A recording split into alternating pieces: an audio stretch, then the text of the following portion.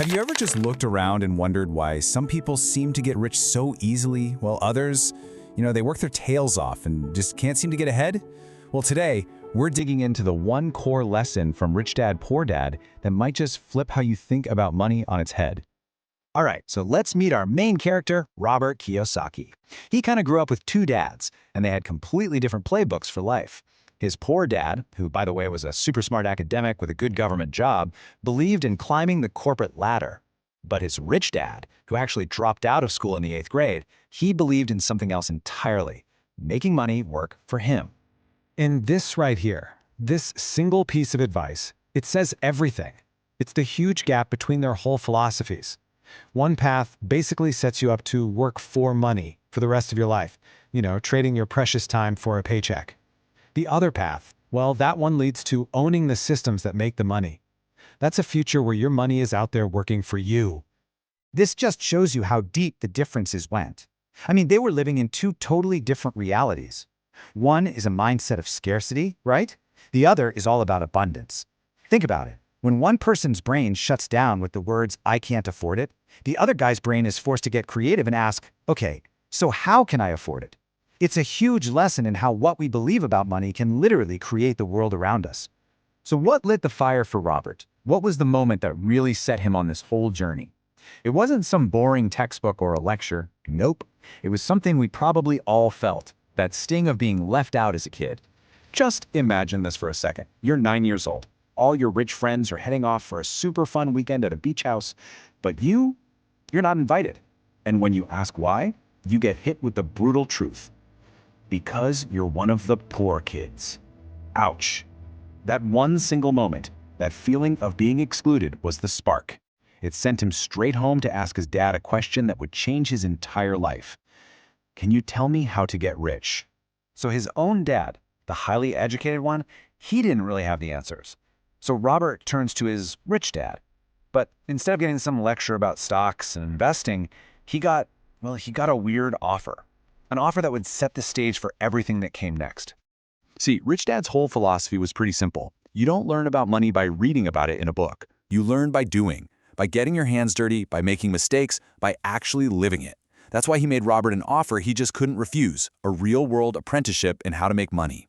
And the job itself was, it was as boring as it sounds. For 3 hours every single Saturday, he was just dusting canned goods, one by one.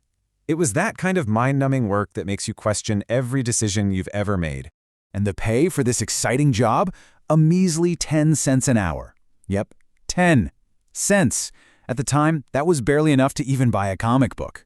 It was kind of a slap in the face, a really harsh, really fast lesson in how the working world can be. It only took 3 weeks. Robert was at his breaking point. He was mad, he felt totally exploited, and he was this close to just walking away. But what he didn't know was that this was all part of the plan. The real lesson was just about to start. But here's the twist.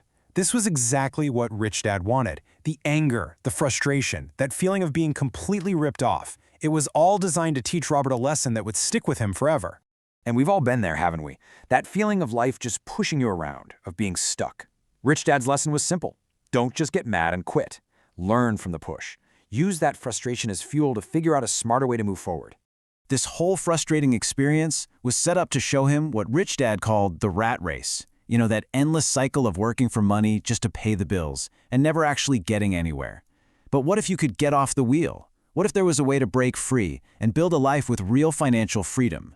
Seriously, think about it. How many people do you know who are stuck in jobs they absolutely hate just because they're terrified of what would happen if they left? That's the power of fear. It's like a cage that keeps us trapped. That paycheck becomes a quick fix for a much bigger problem, and it keeps people running and running in that rat race for their entire lives. And that brings us to the absolute core of it all, the one lesson that truly separates the rich from everyone else, the idea that created this huge divide between Robert's two dads. This is the path most of us are taught to follow, right? The one that's supposed to be safe and secure. You trade your time, your skills, your labor, and you get a paycheck. But what if that safe path is really a trap? What if it's the very thing holding you back from what you could actually achieve financially? This is the secret sauce. The goal isn't just to make more money in your paycheck. The goal is to acquire assets. Now, an asset is just a fancy word for something that puts money in your pocket, whether you're working or not. Think about owning a rental property that brings in cash every month. That's an asset. And that's the real power. Having your money out there, making more money for you, instead of the other way around. See, it's not about how much cash you have in the bank right now. It's all about your mindset. Being broke, that's just a temporary situation. You can fix that. But being poor, that's a state of mind that can last forever. So the real question is, are you a victim of your circumstances, or are you going to be the master of your own financial story? It's really up to you. Rich Dad called this the cash flow quadrant, and it's a really simple way to see how people make money. On the left side, you've got employees and self-employed folks. They basically trade their time for money. But on the right side, you have business owners and investors. They own systems and assets that have money working for them. The whole goal is to figure out how to move from the left side of this picture to the right. So, what's it going to be? Are you going to let fear call the shots in your financial life, or are you going to take control? The choice is totally yours. And the whole journey starts right now by asking yourself one simple but incredibly powerful question. How can I afford it?